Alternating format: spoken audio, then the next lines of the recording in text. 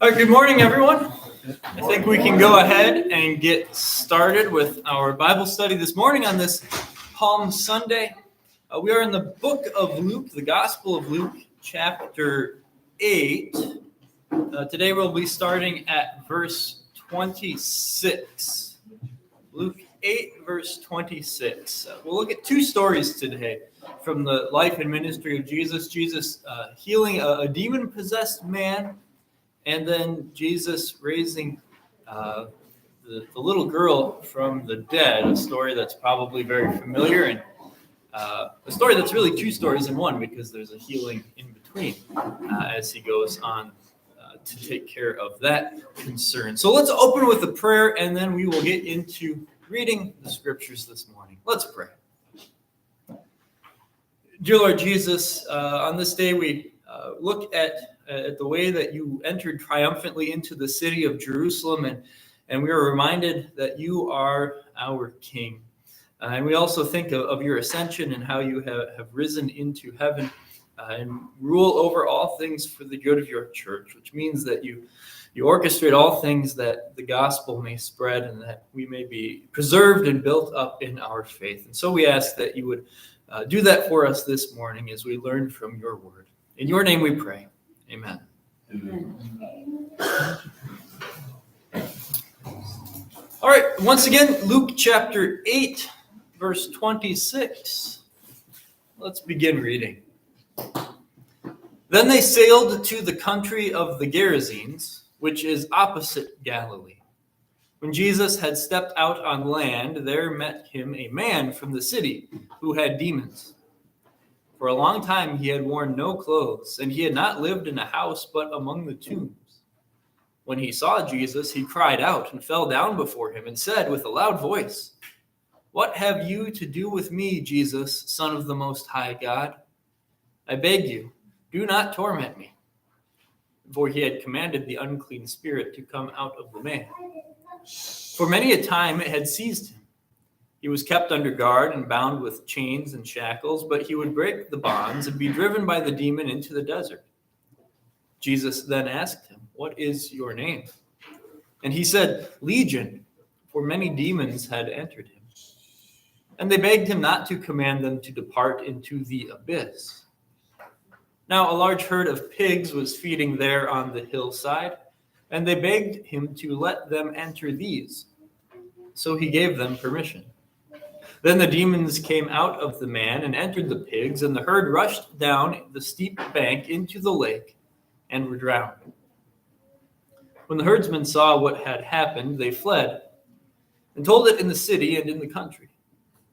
Then people went out to see what had happened, and they came to Jesus and found the man from whom the demons had gone sitting at the feet of Jesus, clothed and in his right mind, and they were afraid.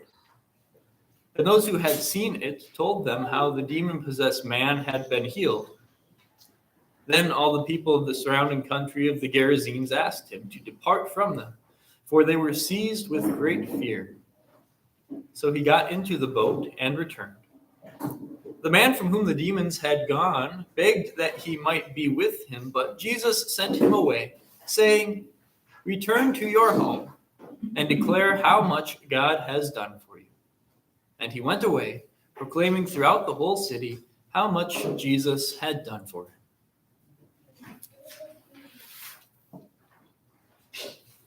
So just before this, we heard about Jesus calming the storm, calming the wind and the waves. So we remember Jesus and his disciples were going across the Sea of Galilee. Maybe you can picture in your mind a rough map of the area of Israel. Up in the northern part, you have Galilee and the Sea of Galilee. You have the River Jordan going down to the Dead Sea and then off to the West there of that is Jerusalem and Judea. So Jesus is up in the northern area where he does a lot of his ministry in Galilee. They go across the lake to this area of the Gerasenes. We'll talk a little bit about the area a little bit later. But that sets the scene for us. That's where he comes. He comes across, and it seems like quite immediately, maybe not immediately, but quite quickly, he encounters this man who has demons. The first question that we'll talk about, though, is this one. Number one, how do we reconcile that concerning this incident, Matthew reports that Jesus encountered 2 men who were demon-possessed, and Luke and Mark only report the one?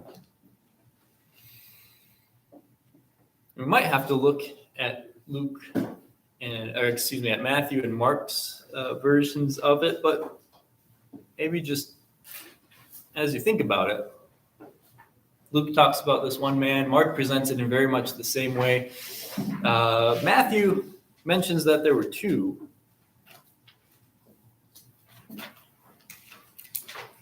What are your thoughts on that?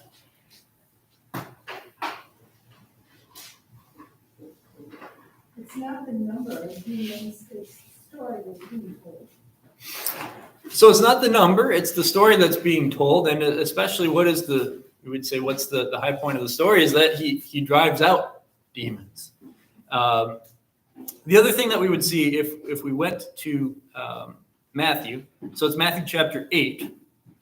Matthew chapter 8, verse 28 is where it begins.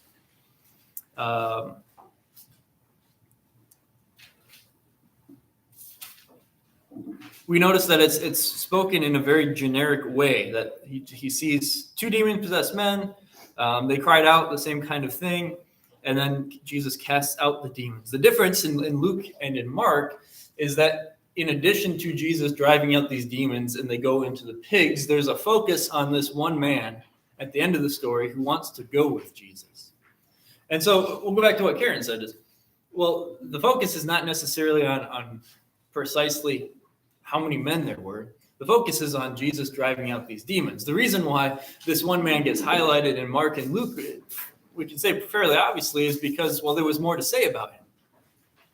And evidently there wasn't more to say about the other man. Not that he wouldn't have been grateful as well, but the Gospels, we have to remember when there's discrepancies between them, they're not out to be comprehensive. You can think of what I think it's John's Gospel, right? That says Jesus did this and many other miracles, so many that if they were all written down, there wouldn't be enough books in the world to record them. So they're not an exhaustive list of every single thing that Jesus did. But again, we'll rely on John's Gospel. These are written that you may believe that Jesus is the Christ. And so here, what do we have? Well, we have Jesus dealing with the demon, same in Matthew, Mark, and Luke. And then we have this matter at the end of the man and Jesus sending the man to go be a witness. And we'll talk about that more. But we bring that up right away because, well, you might someday be reading through Matthew and be like, well, this sounds like what's in Mark and Luke, but why does he mention 2 men? Well, sometimes I use the example too of, well, if you were a witness to a car accident and you were reporting what you saw, you would say, well, this guy ran the red light and then someone T-boned him. Well, that's the story that's essential.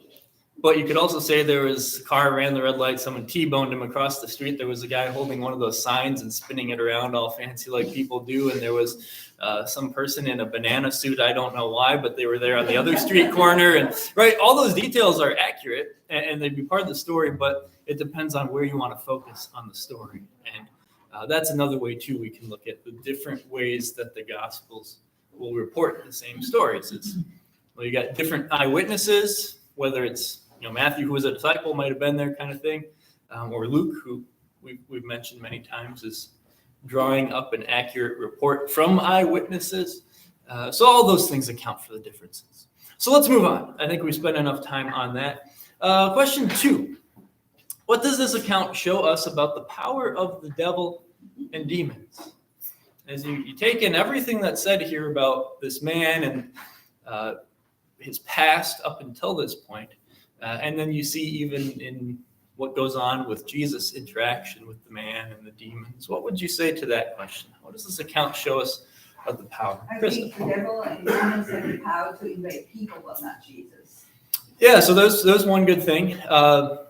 Demons have the power to invade people, but not Jesus. And that's going to set us up well for pretty much our whole discussion in this about this story, is that there's two things. Yes, there is a serious threat from the devil and demons, and yet Jesus triumphs, right? So everything's going to kind of fall into those categories. Good to start. Other thoughts? One Keegan? thing you notice is the guy was able to break through chains, so probably added some extra bit of unusual power that isn't quite natural.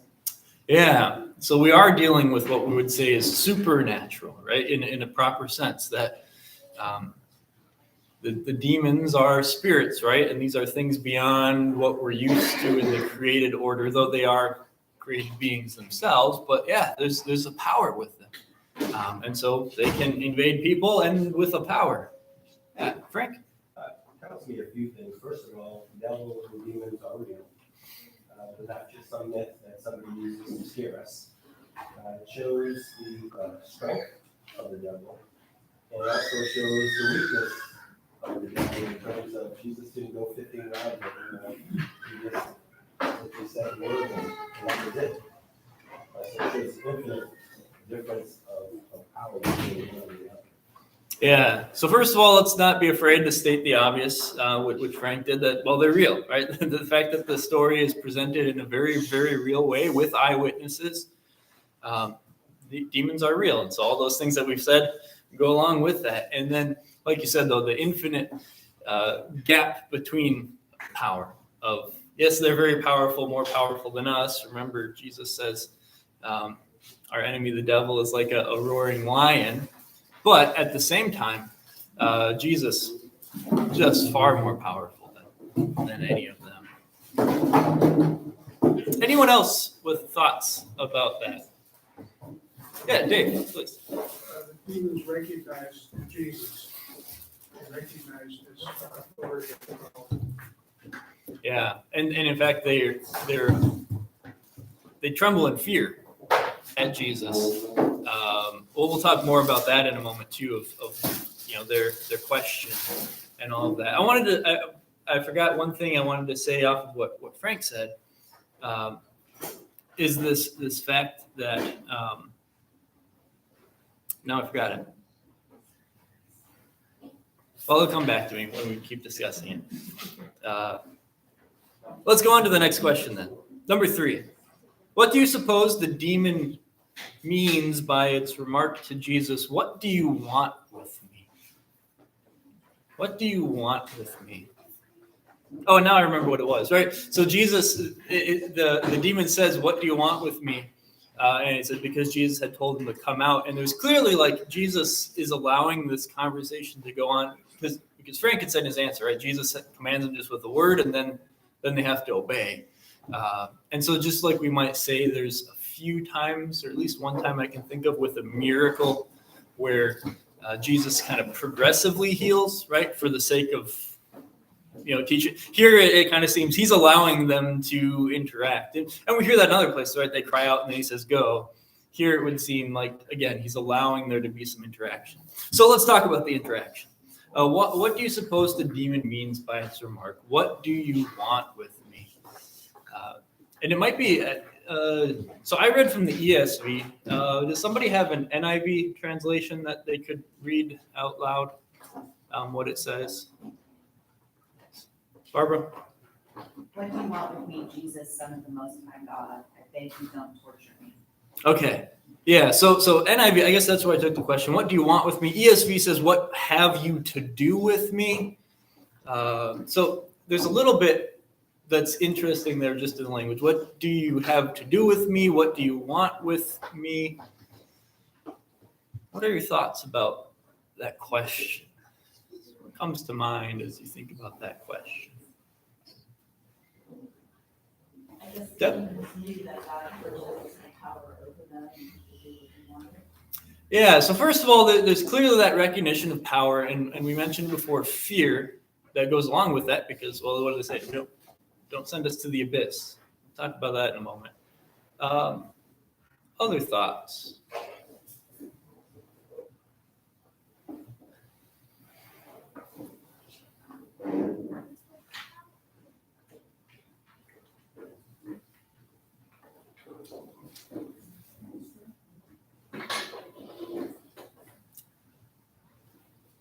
John? I almost say they knew Jesus' power. And what, holds it. Yeah, so certainly the power. I think the one other thing we might say about it is just they recognize as well the difference, right?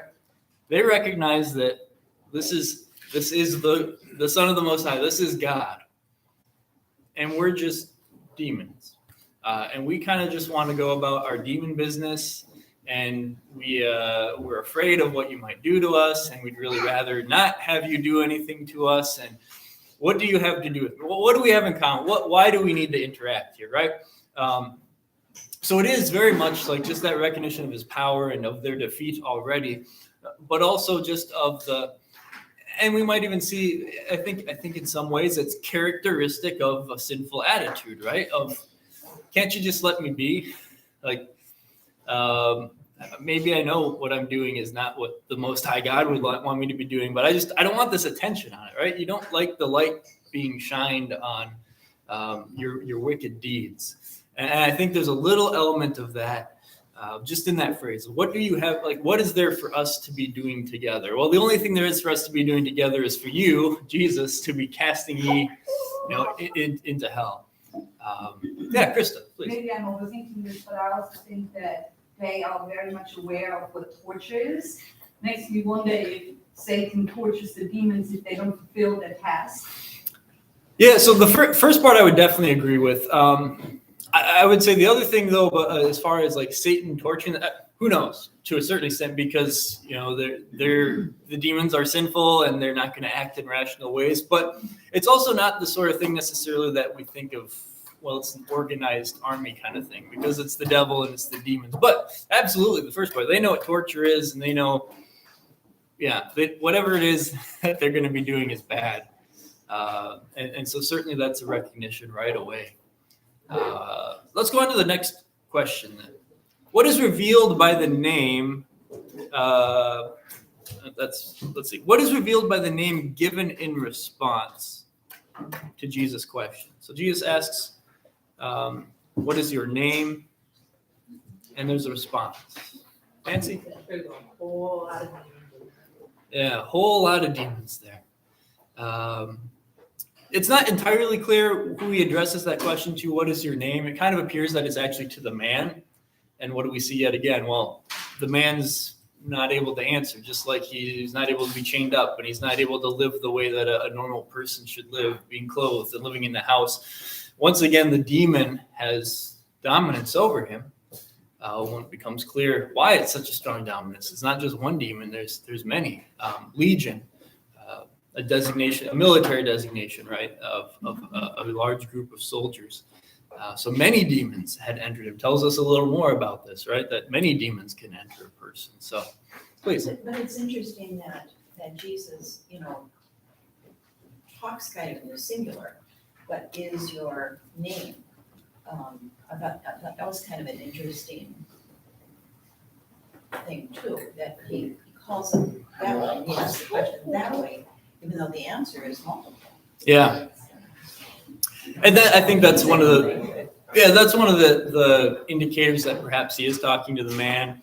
And one of the commentators that I was looking at is see what some others said about this, really emphasized that Jesus' concern is for the man, right? He's going to drive out the demons, and so he's addressing the question to the man. His concern is for helping and healing the man, so his question is directed toward him. It's just, again, the demon is powerful. So I wouldn't necessarily say that's the only way to look at it, but there's certainly something to that, I would say. Question 5, what is the abyss? Demons say, do not torment me, and they say they beg him not to command them to depart into the abyss. That's verse 31.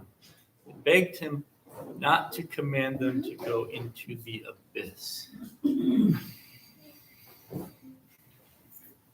Lance? Is it hell?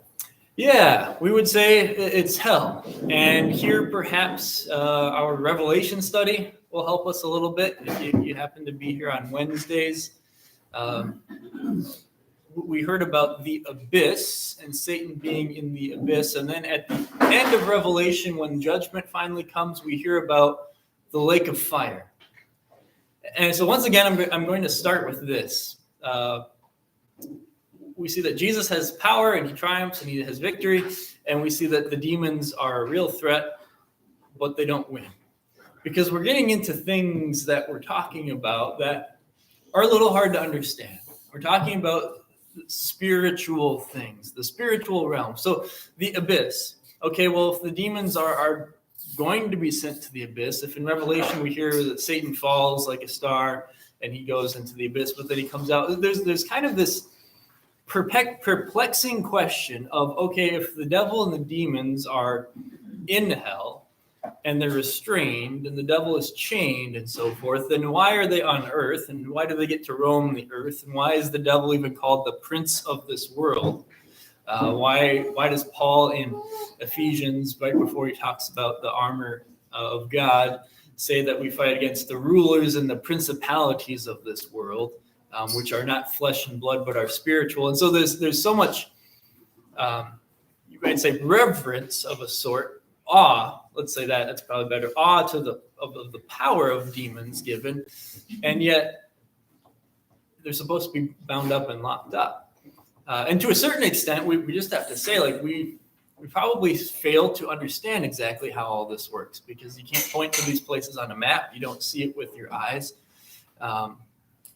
But there's clearly something to being put into the abyss, right? They don't want it. They don't like it. They would rather be roaming the earth and doing this. And I think where we would have to end up is just saying, right, rather than be in hell, they would rather be on the chain, right? It's kind of like, think of your dog. Would your dog rather be in the kennel or at least on the chain so that he can walk around a little bit?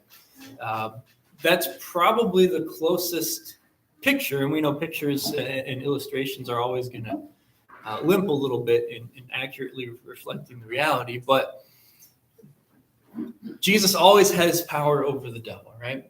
They're defeated. They can't just do whatever they want. Look at the story of Job, right?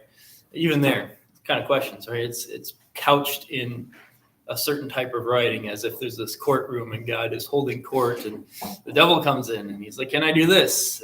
And God says, well, you can do this, but you can't do that. And it's presented to us in language that we can understand about things that maybe are just a little bit too grand for us to grasp. So reaction to that or further questions or just comments to that point? Like they were pleading to Jesus not to do us harm. Certainly, yeah. Certainly, they don't want a worse thing from Jesus. They don't want the worst outcome. They want, something slightly better. We'll talk about that in a moment too. So, any other thoughts though, just about this matter of the abyss? Yeah, please. A question actually, do you think, or have in any of your reading on this, do you think the abyss is there such things as levels of hell or? I mean, it's still hell, but it's a different level of hell where Satan and demons are kept. I don't know. I've just heard someone say there are levels, and I thought, well, maybe this is what that person was talking about. I had not heard that, but Yeah. So that's I would say. Two things right off the bat is one off the top of my head. I can't think of any place to go and reference to give a solid answer on that. The second thing I would say is that certainly doesn't rule it out because I've heard that as well. Part of the thought of levels of hell, I think, comes from Dante, who wrote the Inferno, and he writes about levels of hell. And first of all, I haven't read it myself. So it's all like secondhand knowledge of this is one of those famous works, and so you hear about it.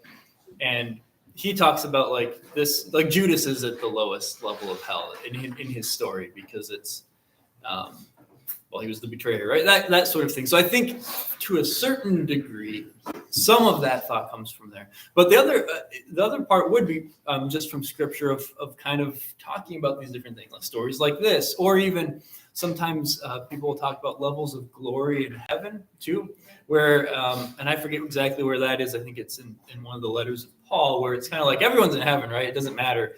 But there just is certain like degrees of glory in that. And that can be a tricky conversation too. And I think even there's maybe some room to say like maybe it's talking again in human terms of like elevating these things as good things, and then it's in heaven. And so I wouldn't discount what you said, that perhaps one way to think about this is that, well, there are levels to this, right? It's all bad because they're all fallen creatures and they're all doomed, and they're just messing around until they're finally going to be judged at the end, thrown into the lake of fire thing. But to say that there are worse off situations for them to be placed in, so a story like this would kind of indicate that perhaps there is something like that. But like I said, the big reason why I can't answer is just because nothing comes to mind to rest solidly on. So it'd be something to look into more, perhaps. Let's see. Question 6. So taking our attention away for just a moment from the demons and from Jesus, what would the presence of pigs tell us about the people of this area? Yeah. So either Gentiles or Jews that weren't very Jewish, and perhaps a mixture of both, right? A Gentile influence that led to any Jews that were there maybe being a little lax about following the law of Moses.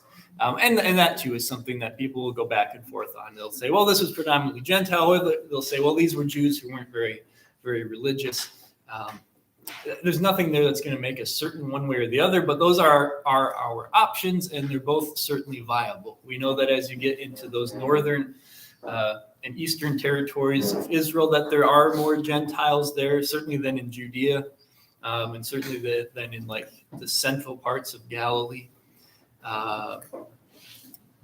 And it's certainly true as well that over time, some of the Jews were not the most faithful practicers of, I don't know if that's a word. Samaritans would not have been in that area, but that would have been an example of people who were, the Samaritans were not full-blooded Jews, and so that would have affected a little bit how they lived. And think of the woman at the well, and she talks about their dispute over where to worship, right? The Samaritans, well, they said, well, our father is Jacob, and we worship on this hill, and he dug this well for us. And all you Jews say we have to go down to Jerusalem to the temple. And Jesus says, well, that was a discussion for the past. Now that the Christ has come, right? It's a different thing. But these would not have been Samaritans in this area, predominantly. But yeah, that's a similar thought. But yes, just going back to the main thing, pigs, right? They were unclean food. And to tend them would have also been unclean. And so at the very least, there's not a lot of adherence to the law of Moses, whether it be among Jews or Gentiles here. And that would stand out as significant in a couple ways. You might go to the extreme and say, well, maybe that accounts a little bit for the ungodliness that was here in the demon possession, that these were people who, right, the room was empty and the demons were able to find place there. That might be the extreme end of it. The other thing to look at is just, well, look at the reaction and look at the end. What does Jesus do? He tells this man to witness. Clearly there was a need for it. Kind of stealing the thunder from our last questions, but let's go on. I don't know that there's much to say about Jesus giving them permission to enter the pigs other than things we've already said. Jesus has the control. Jesus gets to dictate what happens to them. The demons act very irrationally, which is typical of a sinful attitude because they want to not go to the abyss. They want to have a host to live in. And so what do? They cause the pigs to go into frenzy and rush down the hill and die so that they no longer have a place to go into. Right? The irrational thought of the demons, of sinfulness there. And the people, when they saw what had happened, well, how did they react and what may have been the reasoning for such a reaction? Let's look to that. How did they react? Why? Why did they react that way? Frank?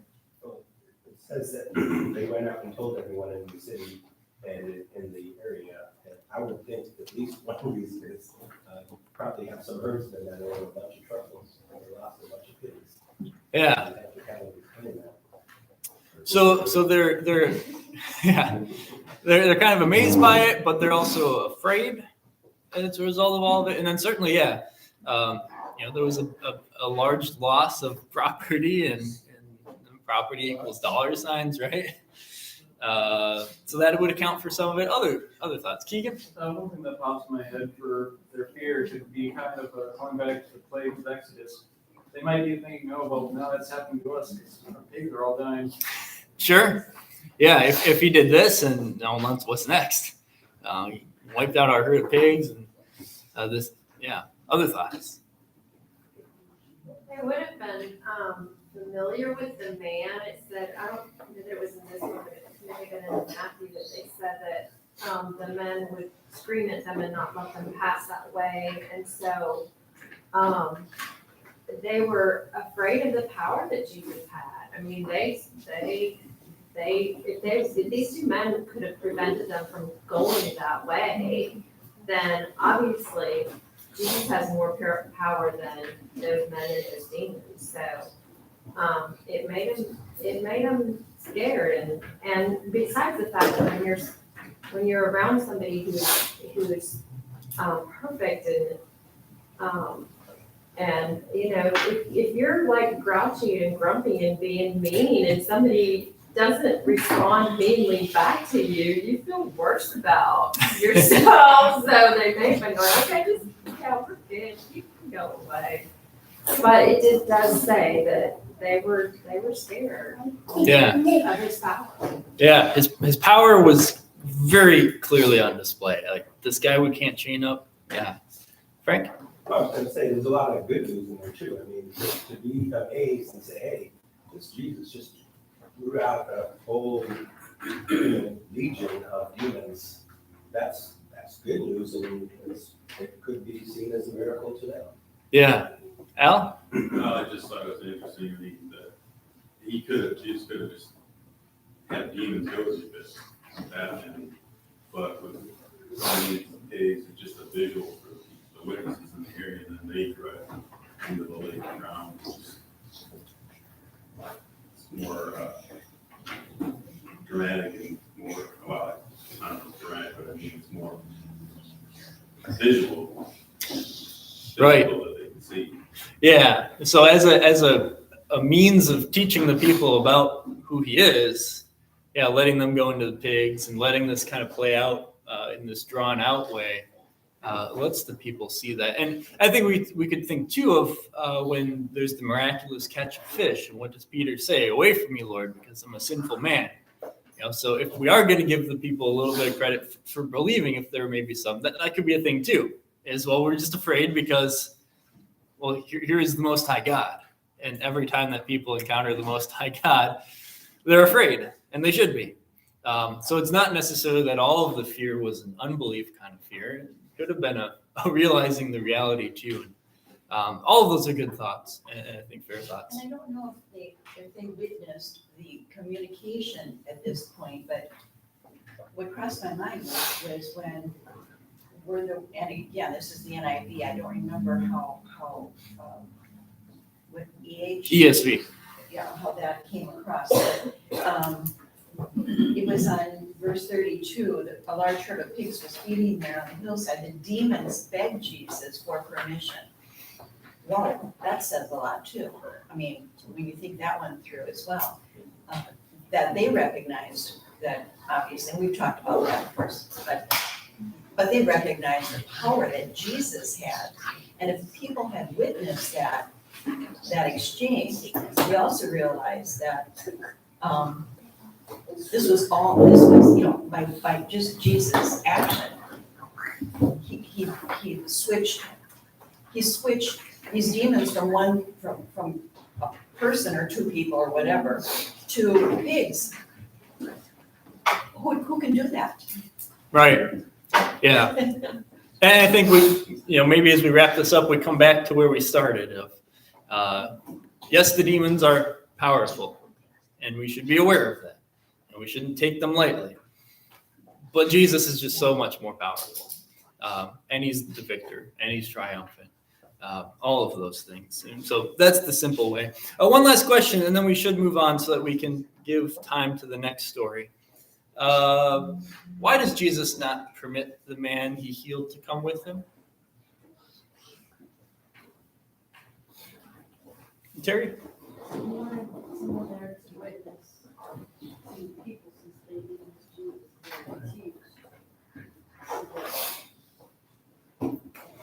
The good news about Jesus will be preached to. Yeah. The people want Jesus to go, but he's still going to leave them a very powerful teacher, the man who can just simply say what he has done for him. Al? Well, just his presence there, I think, you know, seeing me, it's going to be a reminder as anybody sees him, but perhaps Yeah. just forget it. Right. And how much more powerful for him to stay where he was known and familiar than to come with Jesus and people say, well, who's this man? He was someone that Jesus drove demons out of. Like, sure, that's great, but there where he's from and everyone knows that and they see it dated, absolutely. Yeah. All right. Yeah, always a lot to talk about when we encounter the stories about demons, just because there are a lot of perplexing questions in that. But let's move on. Jesus heals Jairus' daughter, raises her from the dead, and also heals a woman. A lot to talk about in this story as well. So let's begin reading at Luke chapter 8, verse 40. Luke chapter 8, verse 40. Now when Jesus returned, the crowd welcomed him, for they were all waiting for him. And there came a man named Jairus, who was a ruler of the synagogue. And falling at Jesus' feet, he implored him to come to his house. For he had an only daughter, about 12 years of age, and she was dying. As Jesus went, the people pressed around him. And there was a woman who had a discharge of blood for 12 years, and though she had spent all her living on physicians, she could not be healed by anyone. She came up behind him and touched the fringe of his garment, and immediately her discharge of blood ceased. And Jesus said, "Who was it that touched me?" When all denied it, Peter said, "Master, the crowds surround you and are pressing in on you." But Jesus said, "Someone touched me, for I perceive that power has gone out from me." And when the woman saw that she was not hidden, she came trembling, and falling down before him, declared in the presence of all the people why she had touched him, and how she had been immediately healed. And he said to her, "Daughter, your faith has made you well. Go in peace." While he was still speaking, someone from the ruler's house came and said, "Your daughter is dead. Do not trouble the teacher anymore." But Jesus, on hearing this, answered him, "Do not fear, only believe, and she will be well." And when he came to the house, he allowed no one to enter with him except Peter and John and James and the father and mother of the child. And all were weeping and mourning for her. But he said, "Do not weep, for she is not dead, but sleeping." And they laughed at him, knowing that she was dead. But taking her by the hand, he called, saying, "Child, arise." And her spirit returned, and she got up at once. And he directed that something should be given her to eat. And her parents were amazed. But he charged them to tell no one what had happened.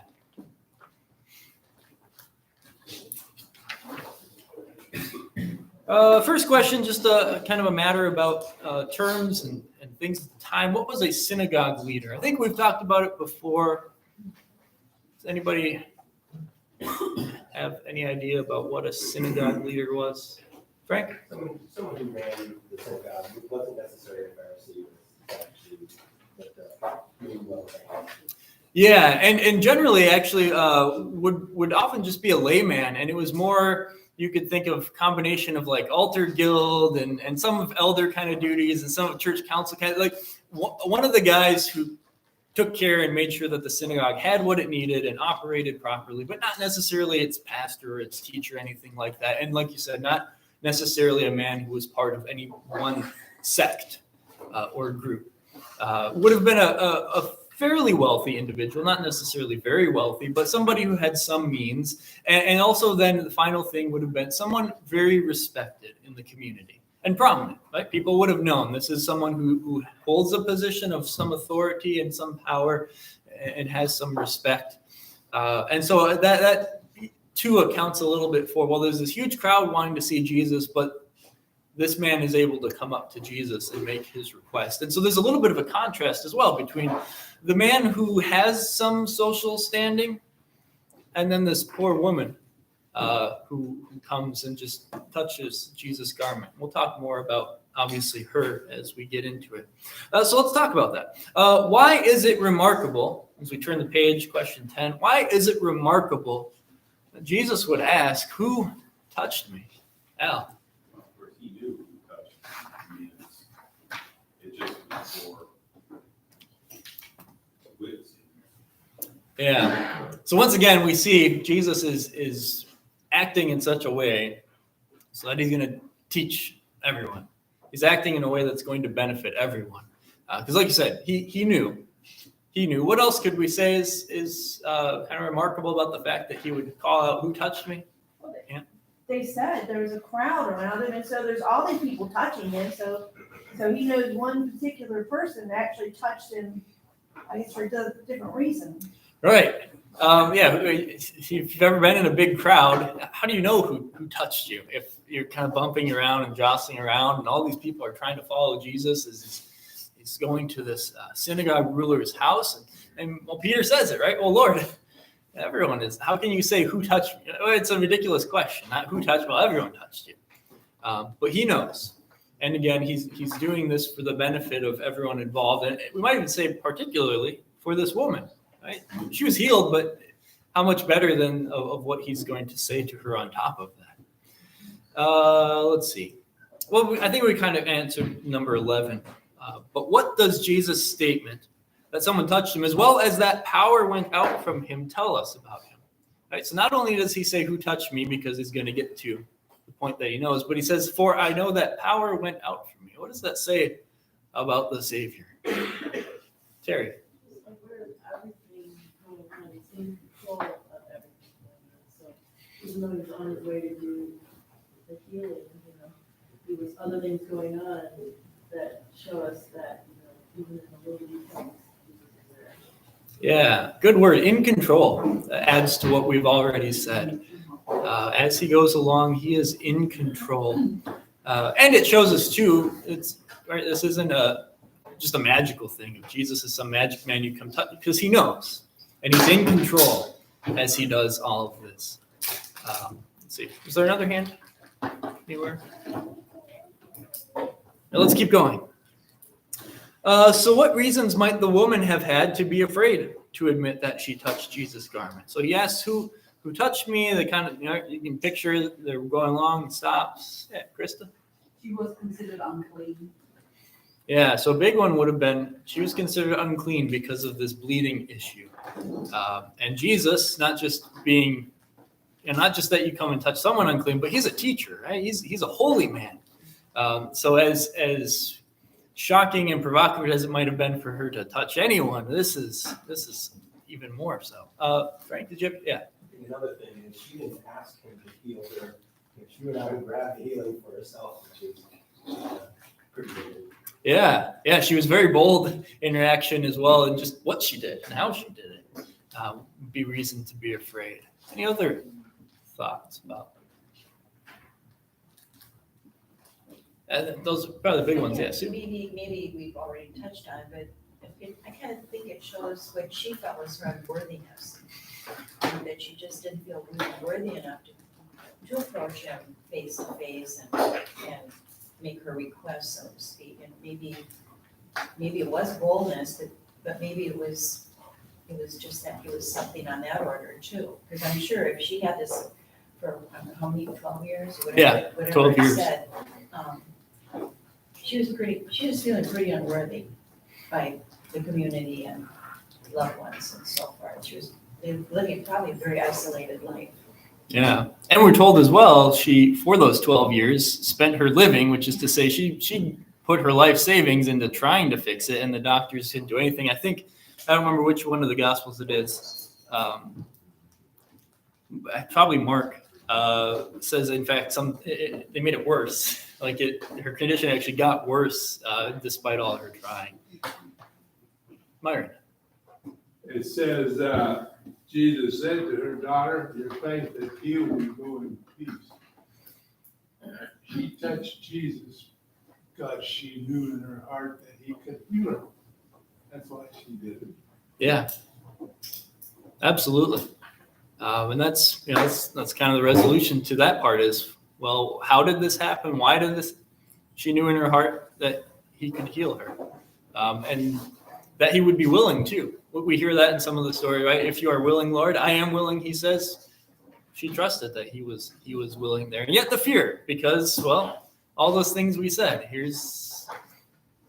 she believes this about him. She also knows he's powerful. And if she has a sense of unworthiness and knows that she's unclean, and now she's coming to someone who is much greater than her and is clean and holy again, there is a natural fear there. And yet it's that pronouncement of Jesus that your faith has made you well. It sounds just like when he heals the paralytic and says your sins are forgiven, or the Syrophoenician woman, go, your faith has made your daughter well, or similar phrasing there. Commends her faith. The centurion, I have not found such great faith. Right? At each time, what does Jesus point out? He highlights the faith, doesn't he? And that kind of answers then question 13. What moved the woman to act as she did and be healed? Well, Myron said it. It's her faith. And Jesus makes it clear. It wasn't that he's some magic charm and you come touch him and you get what you want. No, it was her faith in him, trust in him that allowed her to be healed.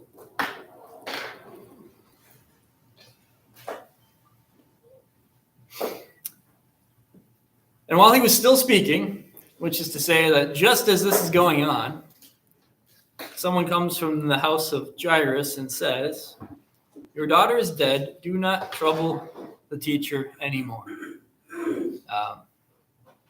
Someone straight to the point, right? All business. Your daughter is dead. Don't trouble the teacher anymore. Not a very empathetic statement there. And Jesus, it would seem, immediately says to Jairus, well, what does he say? At the moment when it might seem that Jesus can no longer help, what does he say to Jairus? Nancy? Just believe and she will be healed. Yeah, just believe.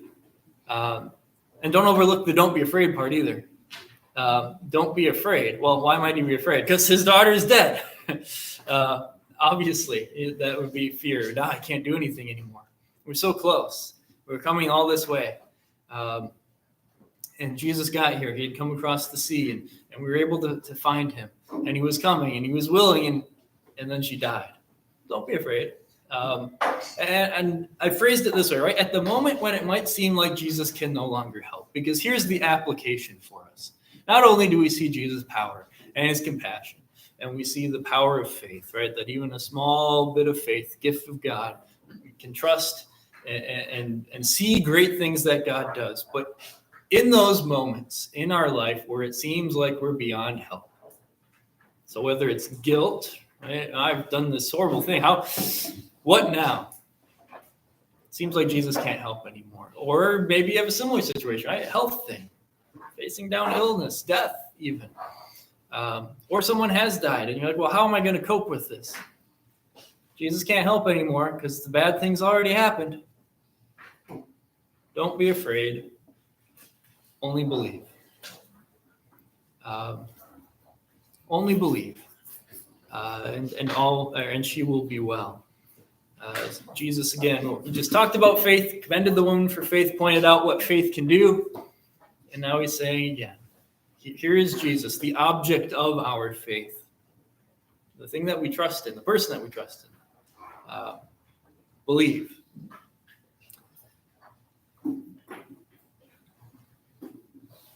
And then Jesus comes to the house, and we see what would have been a typical scene. Obviously, lots of people around because, well, the girl was dying, and now they're mourning because, well, that's what they did when somebody died. Jesus comes in, and he says, do not weep, for she is not dead, but sleeping. Luke records that those who were mourning laughed at Jesus' remark that the girl was asleep, knowing that she was dead. Why is that an important detail? to include in this count, that they laughed for they knew she was dead. I think I'm coming from a different angle. I don't think my answer is correct. So. Okay, well, we can come back to you if you do want to say something. Why, yeah, Terry? They probably have seen her and witnessed that, you know, she's dead, she's lifeless. And, you know, almost, I don't want to say mocking, but, you know, they didn't believe what Jesus was saying, obviously. Yeah, so they don't have the belief, and they see it. And Jean? Well, it's important that that's pointed out though too, because somebody coming back later might read the story and say, well, she wasn't really dead, she was asleep. I mean, that's proving that Jesus did, but that's proving that Jesus did raise her from the dead. He didn't just wake her up. Yeah, so not only do we see that contrast there, but just as what's Luke doing? He's setting out to make this historical account. Well, all the people there knew she was dead, to the point where they would even break the mourning for a moment and laugh at this guy who would so preposterously and ridiculously suggest that she's just sleeping, because they know she's dead.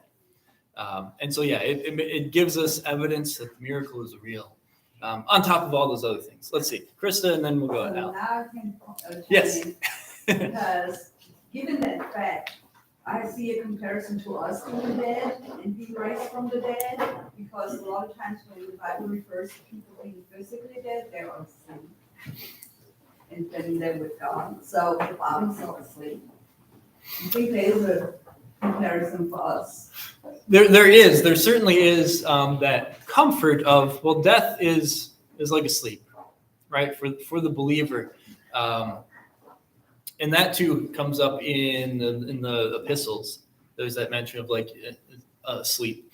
And there's, we want to be careful about just saying, well, you sleep until this, because what is death? Death is, and that's here too. What is death? It's a separation physically of body and soul. Because the way Luke writes it, her spirit returned, which tells us, right? Physical death is when the body and the soul separate. Ecclesiastes, I think, the body returns to the dust from which it was formed, and the soul goes to God. In Hebrews, the man is destined to die once and then face judgment. So again, we don't want to mistake it for like some kind of soul sleep or purgatory thing, but absolutely, there is a connection there to Jesus. Jesus kind of gently refers to this girl being dead as just sleep, because what is it? It's not the end. It's not finality. And so certainly for us, that application of we don't see death as physical death as the worst thing that could happen. The worst thing that could happen to us is a spiritual death, right? Separation from God into eternity. But the physical death, there's one of our good old hymns, Lutheran hymns, that says that I may fear the grave as little as my bed. I don't remember which hymn that is, but I'm sure somebody here at least finds it familiar. Yeah, it's an evening hymn. It's still not placing the name of it, but that's not so important. Okay, thank you. See, the piano player would know. But that's based off of places like this, right? That we don't fear death in that same way that an unbeliever would. And you see that in the world. What's the worst thing that could happen to a person? Well, that they die. And that they die on terms that are not their own, because that seems like finality to them. It's the end. Because they know nothing beyond it. For the believer, it's not. It's different. Let's see. Oh, Al had his hand up before. Well, I mean, Yeah, it please. shows Jesus' power. I mean, death, sleep, it's the same. I mean, he has power to prove this matter. Yeah. He has a power even over death. And so this, along with Jesus raising Lazarus, are generally touted as his greatest miracles that are recorded for us. Makes sense, because he overcomes death. Raising the young man at Nain probably gets overlooked because it's such a short account. But that one too, very powerful. And we talked about that just recently. And even the tenderness there in what is a quite short account. Then you get to Lazarus, and he was in the grave 4 days, already know, dear Lord. All of those things then magnified in the resurrection of Christ. All right. Well, we spent a lot of time on the demon possession, and then I rushed us a little bit through this one. Any other thoughts or questions still regarding these two miracles? Dave? I've got the Evangelical Heritage version. I was interested when you were reading the NIV. Verse 48, Mm-hmm. mine says, "And you said to her, daughter, your faith has saved you, go in peace." And I think you said healed you. Yeah, so this said your faith has made you well. Made you well. Be similar to has healed you. NIV has healed you. So you're curious about what would be most accurate? Well, I just thought it was interesting that observing that it was different in the. Sure. Yeah, and that's always going to be an interesting thing among translations. The faith of you has saved you. So yeah, the word there actually is saved. So save or deliver, more so than anything focused on like a medical term or a restoration. It is saved.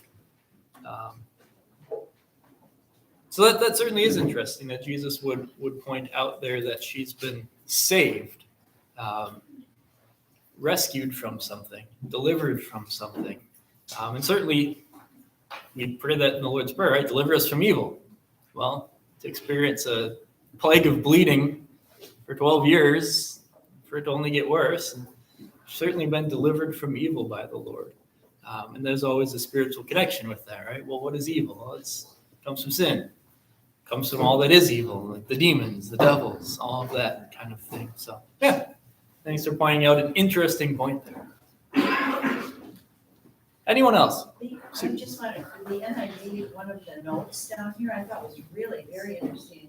It commented on the word daughter, that a tender address used nowhere else in Jesus' recorded words. To call her, to have her hear him call her that would also be very, very wondrous for her to hear him call her that.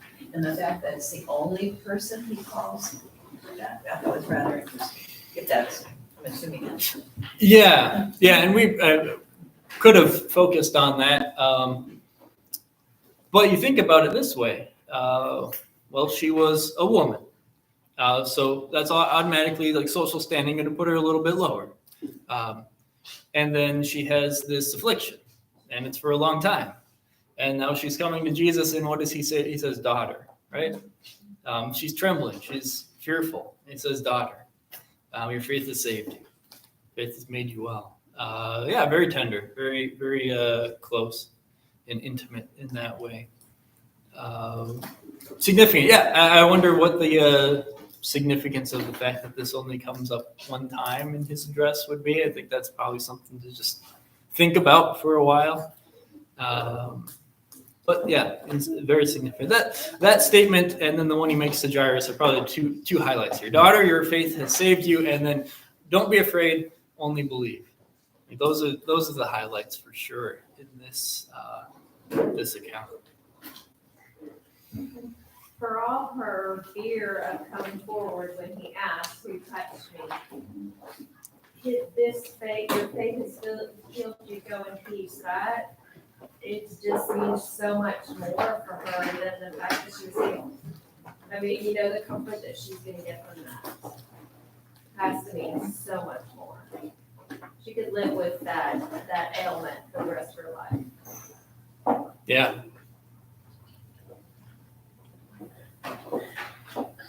All right, that's probably a good note to end on. Thank you for all of the comments and answers that you gave. Next week we won't have Bible study. Obviously, with Easter we'll have the breakfast and then the kids' Easter egg hunt and all that. So a week off from Sunday Bible class, but then we'll come right back the Sunday after. Let's close with prayer. Dear Lord Jesus, we recognize our own weakness, whether it just be the frailty of being human, or whether it be the weakness at times in our faith. And so we ask that you would guide us to look to you the same way that faith moved these individuals to look to you. And let us cling to your words. Don't be afraid, only believe, that we might as well in our faith overcome unbelief, saying that we do believe and rely on you to help us overcome that unbelief. Bless us the rest of this morning as we continue to enjoy the fellowship with one another, as we continue to be built up in your word during our worship service, and grant us a safe and restful Sunday. In your name we pray. Amen.